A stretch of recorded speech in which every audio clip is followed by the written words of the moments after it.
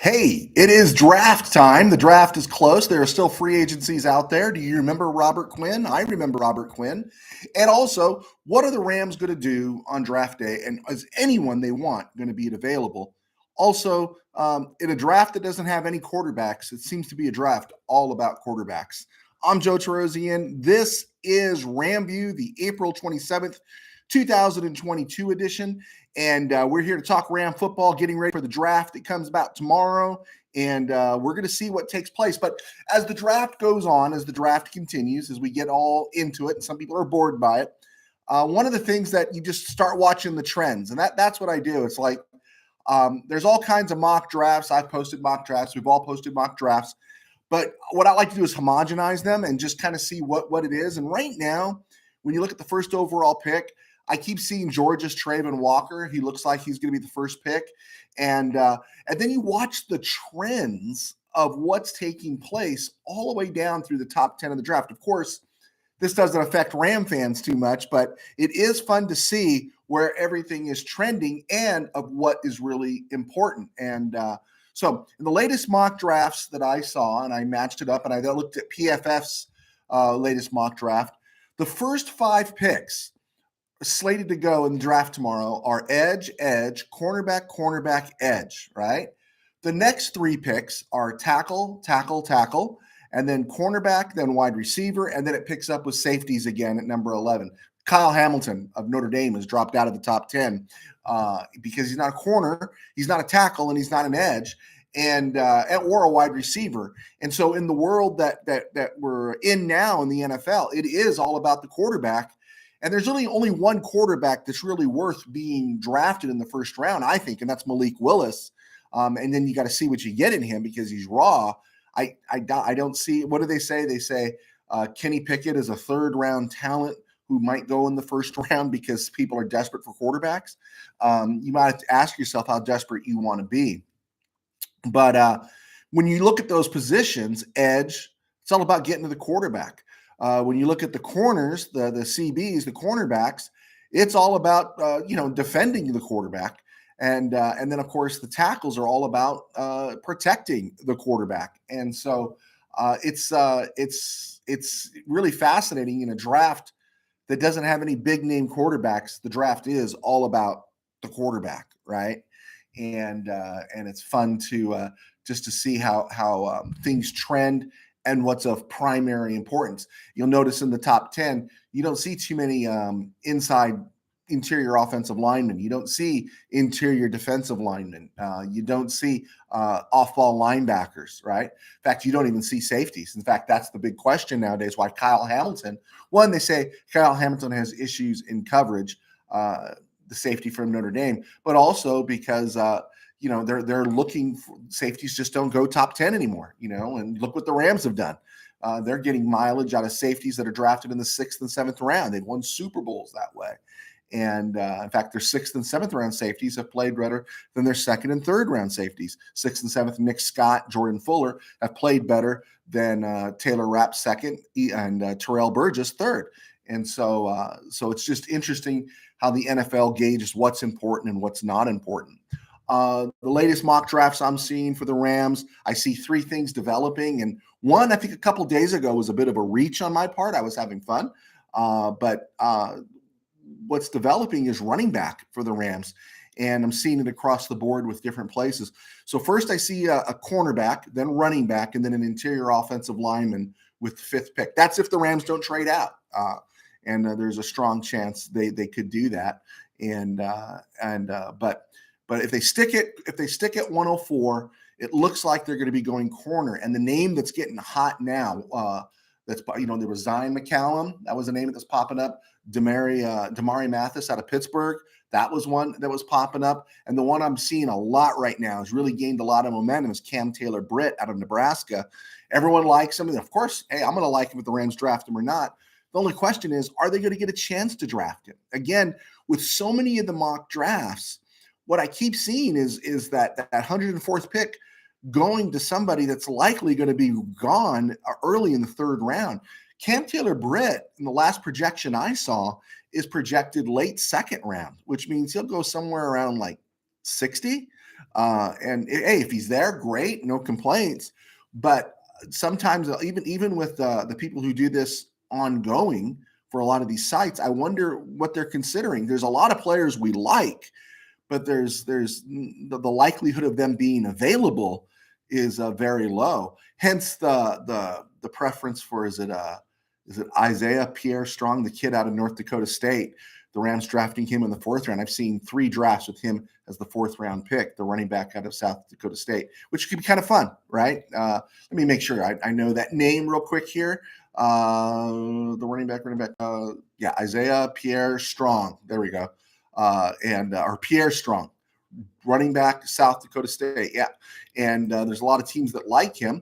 And I've seen a lot of draft experts have him taken by the Rams in the fourth round. So keep an eye on that. And with all that said, remember, free agency is still out there. And there are names that are still out there that we stopped talking about, right? Tyrann Mathieu is still out there. Jadeveon Clowney is still out there.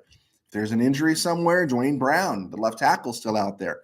Jarvis Landry really deserves an NFL job. He's out there. Trey Flowers, and dare I say, I'm going to count OBJ, but you know who else out there? Sony Michel is out there. It's really a shame that his cost, which is probably going to be a couple million, 2 or 3 rocks, is going to keep him out of the NFL, where the Rams will end up drafting another running back and get to pay him, fourth round salary and save money. But a talented back like Sony Michel, who has a lot to contribute still, who really contributed to the Rams, is currently still unemployed because he's in a market now where, either he's going to have to take bare minimum or just decide not to play anymore. It's really funny. Isn't that how it works? But Sony Michel should have a job. I'm guessing after draft day, he will. One guy who's not a free agent, as we come up to the 7-minute mark, I'm keeping it tight today, folks. It's a busy day.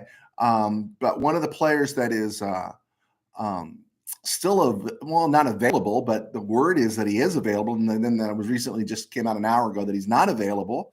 But the buzz was Robert Quinn, the former Ram. Remember the Rams drafted him in the first round of 2011. I think that was one of Billy Devaney's last drafts. That was before Les Snead took over.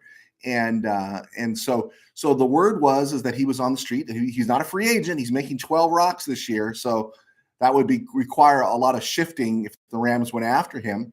But, I've seen the buzz, bring him home. I've seen him in a new Ram uniform and everything. Quinn left after the 2017 season. And in his 6 years with the Rams, he had 62 sacks. So he was in double digits average for sacks. I think it was the 2013 season. He registered 19 sacks, and he had a great year. And that was in that stretch, starting with Quinn in 11. And then, I think they picked up Trumaine Johnson. They already had Chris Long and James Laurinaitis. And then they got Aaron Donald in 2014. There was that window there. 2013 through 2015, 26. It's like, come on, look at the players the Rams have. I mean, I remember writing about it when I was working for Mid-Valley Sports, saying they've got all this talent and they're just wasting this talent on defense. It was so frustrating to see. And sure enough, Trumaine Johnson, Robert Quinn, Chris Long, none of those guys, James Laurinaitis, none of them were there on the Super Bowl team in 2018, right? Or they weren't even there. I take that back in terms of Trumaine Johnson and Robert Quinn were on the turnaround team in 2017. People forget about that year, that quick turnaround that happened in McVay's first year, went to the playoffs, lost to the Falcons. And a lot of people forget about that turnaround year that happened right after 2016. But guys like Chris Long and others weren't on that team. And then when 2018 rolled around, none of them were, except for Aaron Donald. And of course that was the right choice, but it was just these wasted years. And so Quinn ended up after the 2017 season, because what happened was, if you remember, he was a hand in the dirt defensive end, and he got moved to an outside linebacker spot when Wade Phillips came, and they went to the 34 defense. And he did okay, but he obviously wasn't a scheme fit. And in March of 2018, the Rams dealt him to the Miami Dolphins. And, Quinn, wasn't at the top of his game then. By 2015, 2015 and 2016, he had missed like, 7, 8 games in each of those seasons. And he played well enough in 2017, but he wasn't really standing out. So the Rams dealt him to the Dolphins, because also the scheme issue, and they got back a 4th round and a 6th round pick. And so it's kind of interesting, Quinn goes to the Dolphins, goes to Dallas, he landed in Chicago, where he had this resurgence in Chicago last year, which is interesting. He recorded 18 and a half sacks, set a Bears record, I think it was. I don't know if it is. I don't know. How many did Richard Dent have in 85? But anyway, he set a Bears record, they said, or was very high up there. And he did that without Khalil Mack balancing him on the other side. If you remember, I'm sorry. Khalil Mack was there, but he wasn't playing. That's right. Khalil Mack got hurt. And so he had a great year. He's making 12 rocks. He says he doesn't want to be traded, and the Bears say they're not going to. And okay, so that kind of kills that reunion with the Rams, but he wouldn't be a bad player to have. I just don't want to pay the price. So in that 2018 draft, the Rams traded him. Before the 2018 draft, the Rams traded him to the Dolphins. They got a 4th and a 6th. With that 4th round pick in the 2018 draft, the Rams took Brian Allen, and of course now Brian Allen's on a 2nd contract with the Rams and is the starting center and one of the top 10 centers in the league. Nice trade. Also, what they did with the 6th round pick on draft day is they paired that 6th round pick they got from the Dolphins along with their own 6th round pick, and they sent it to the Broncos for a 5th round pick, which is interesting because that means the Rams moved up in the draft. And with the 5th round pick at number 160, the Rams took Ogbo Okoronkwo, and that's who they ended up making a deal for. And Okoronkwo was a contributor. He's got a shot right now in Houston to be a starter. And of course, the Rams are getting a compensatory pick for him signing with Houston in next year. So that was kind of interesting. We did bring up Trumaine Johnson, and it was on this day, Lesney draft 2012, that Trumaine Johnson was drafted beginning of the 3rd round, number 65 overall by the Rams. Really liked Trumaine Johnson. You love the feisty corner. He was a big corner, and he had some brain dead moments, but there was a stretch there. Again, when you're looking at that Ram defense that's running Aaron Donald, Chris Long, Laurinaitis, Robert Quinn, Trumaine Johnson, they were also running Janoris Jenkins when he was with the Rams. That was a very competent team. They had Rodney McLeod in the secondary. I think that was when they had TJ McDonald in the secondary and the safety spots. This was a playoff caliber defense the Rams had for a number of years, and they just couldn't get across the finish line at quarterback. Sam McDonald kept getting hurt. Nick Foles didn't work out. They whiffed on Greg Robinson, offensive lineman. And so you just look at the players. They were, we had to settle through years sitting through Kellen Clemens, Sean King. Not Sean King. Was it Sean King? What was the name of the kid? I don't know. And the guy that played in Frisco as well as LA, Sean something. I don't know. I forgot his name. I should have written it down if it was important. But they had this great defense, and Trumaine Johnson was part of that. And they initially, I think they tendered him and they re-upped him, and he played 6 years for the Rams. And then when he became a free agent after 2017, I was really sorry to see him go. But give credit to the Rams coaching staff. One, they didn't break the bank to keep him. They got his 6 best years out of him. And at the age of 27, 28, they let him walk, and he signed with the Jets. And his first year with the Jets was okay. Second year was real bad, and I think he's been out of the NFL since 2020. And so you tell me, did the Rams make the right deal? And they did, obviously, because they went from Trumaine Johnson at one corner in 2017 to the Super Bowl of 2018, and they're running Marcus Peters and Aqib Talib out there. They got 1 year out of those guys, and it got them to the Super Bowl. And then halfway through the 2019 season, Talib and Peters were gone as the Rams began developing other talent, and they made the deal for Jalen Ramsey. So fascinating stuff. But I was a Trumaine Johnson fan, and they got more out of him in the 3rd round, 65th overall, than they did when they drafted Ty Hill. You remember Ty Hill? Yeah, not many people do, or if you do remember Ty Hill, you try to forget. He was he was a corner the Rams drafted and whiffed on.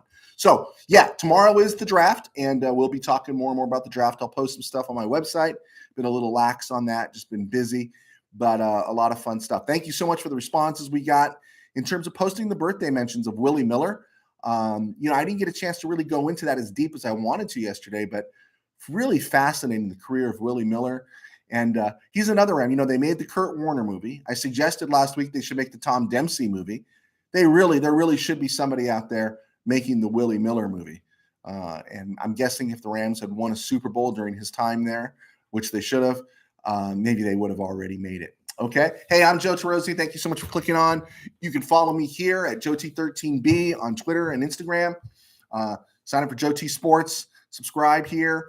I'm on FB, as well as my website, joetorosian.com. And you can read my books on Amazon as I write books to help offset my living here. I'm also a pastor of a small church in Burbank, and you can reach out to me through this means and all sorts of means. But thank you so much for clicking on, and we'll be talking Ram football. And God bless, take care, and we will see you tomorrow.